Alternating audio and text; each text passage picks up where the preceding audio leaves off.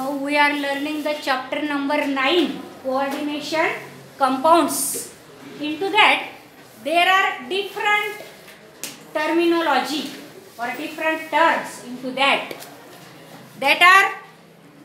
Now there are two types of ligands, mainly we already learned, that is the monodentate ligand and polydentate ligand.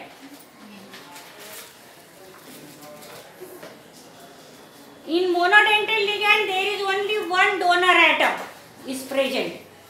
In polydentate ligand we already see the bidentate ligand and hexadentate ligand, that is the EDTA molecule, ethylene diamine tetraacetate, which is used for the purification of water.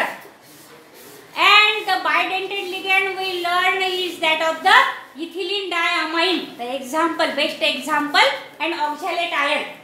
Now you must remember that. Now this is ambidentate ligand, is also the bidentate ligand. It is the type of bidentate ligand. That means it is basically polydentate ligand, and in polydentate it is the bidentate ligand. But why the name is ambidentate ligand? That means these ligands which have two donor atoms are called as the ambidentate ligands. That means they can attach to the central metal atom by any donor atom.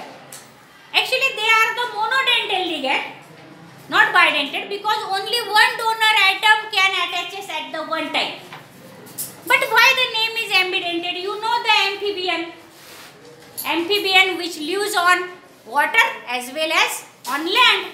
Therefore these ligands can attach by one atom or another atom to the central metal ion. Now for example, NO2 minus nitrate links the metal ion through the nitrogen or oxygen as shown on the blackboard. M means metal. Now the nitrogen gives the lone pair to the metal ion, so the arrowhead points to the metal. And again we can attach this ligand by the oxygen also. As oxygen attached to the central metal ion, so the arrowhead is pointed to the metal ion. And oxygen gives its lone pair, shared pair. Both of the electrons are given by oxygen, so that is the coordinate bond. And the second example is the sulfur cyanide, SCN. It also the bidentate ligand because there are two donor atoms. One is sulfur and another is nitrogen. So SCN can attaches to the metal ion by sulfur or by nitrogen. Now see here, I show this sulfur attaches here. So sulfur gives its lone pair, so the arrowhead is pointed toward the metal. Here or NCS also we can attach the nitrogen, it gives its lone pair to this metal. Now in this way ambidentate ligand can attach to the central metal ion by two different donor atoms. Now there is also the some again terminology or terms used in the coordination chemistry. Now first term is very important, that is the coordination sphere. Sphere means it is the circular type, but here sphere is the square bracket. Now you know the coordination compounds are generally shown in this way. Now this is the potassium ferrocyanide. This is the coordination compound, potassium ferrocyanide. Now the species which are present in the square bracket and the central metal ion and the ligands attached to that central metal ion with that of the square bracket is called as the coordination sphere. The central metal ion and ligands linked to the enclosed linked to it, that means linked to it means linked to the metal ion, central metal ion. The central metal ion and the ligands linked to it are enclosed in a square bracket. This is called as the coordination sphere. Remember that.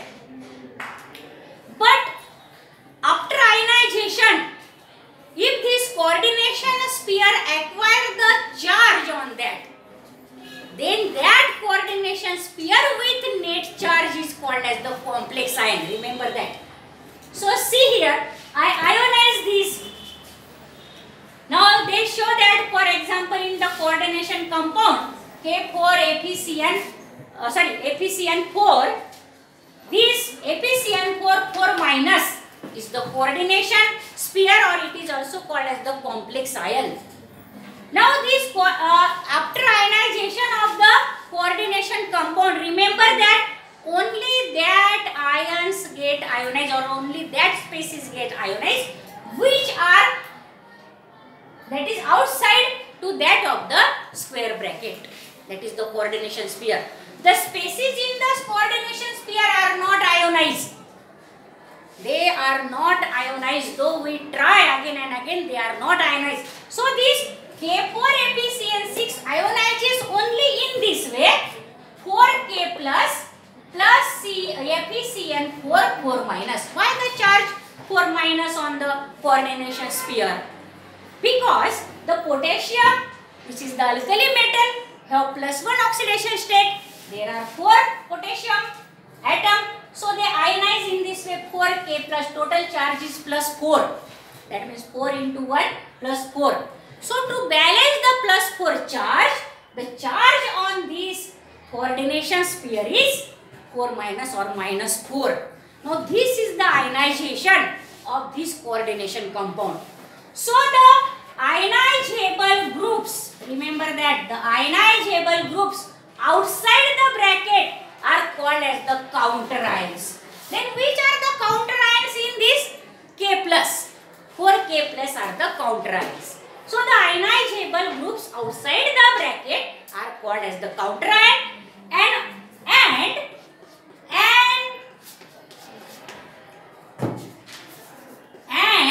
the coordination sphere with the central metal ion and ligands with net charge.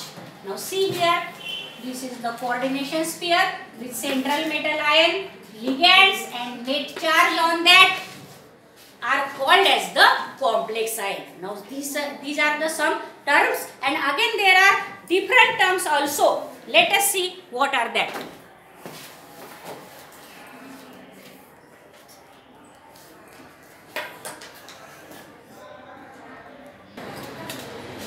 Now there are two different terms again.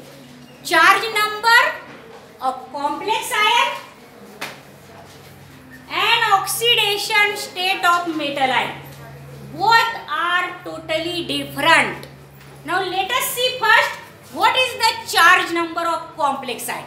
Now see here, in this ApCN4 minus, this 4 minus or -4 is the charge number. Remember that.